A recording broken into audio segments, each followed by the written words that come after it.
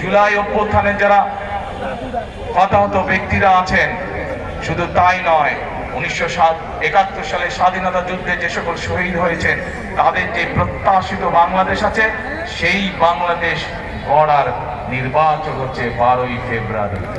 প্রিয় ভাই বোনেরা, আমরা এই ধানমন্ডি এই নির্বাচনী ঢাকা 10 এলাকা থেকে আমরা আমাদের ধানের শীষের প্রার্থী করেছি,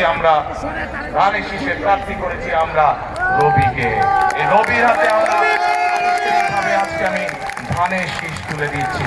রবি তার বক্তব্যে একটু আগে এই এলাকার অনেক সমস্যার সমাধান, রবি তার নির্বাচনী বক্তব্যে একটু আগে আপনাদের সকলের সামনে বলেছে কিভাবে রবি নির্বাচিত হলে এই এলাকার সমস্যার সমাধান করবে, মানুষের সমস্যার সমাধান করবে। ইনশাআল্লাহ রবির সাথে আজকে আমিও আপনাদেরকে বলে যাচ্ছি যে ইনশাআল্লাহ এই ঢাকা 10 থেকে ধানের শীষ নির্বাচিত হলে এবং বিএনপি সরকার গঠন করলে রবি যে সকল ওয়াদা এলাকার মানুষের সামনে করেছে সেগুলি বাস্তবায়নের জন্য আমিও রবির সাথে কাজ করব। কারণ বক্তব্যের শুরুতেই বলেছে আপনাদের সাথে ঢাকা 10-এর সাথে কিন্তু আমার আত্মীয়তার সম্পর্ক আছে।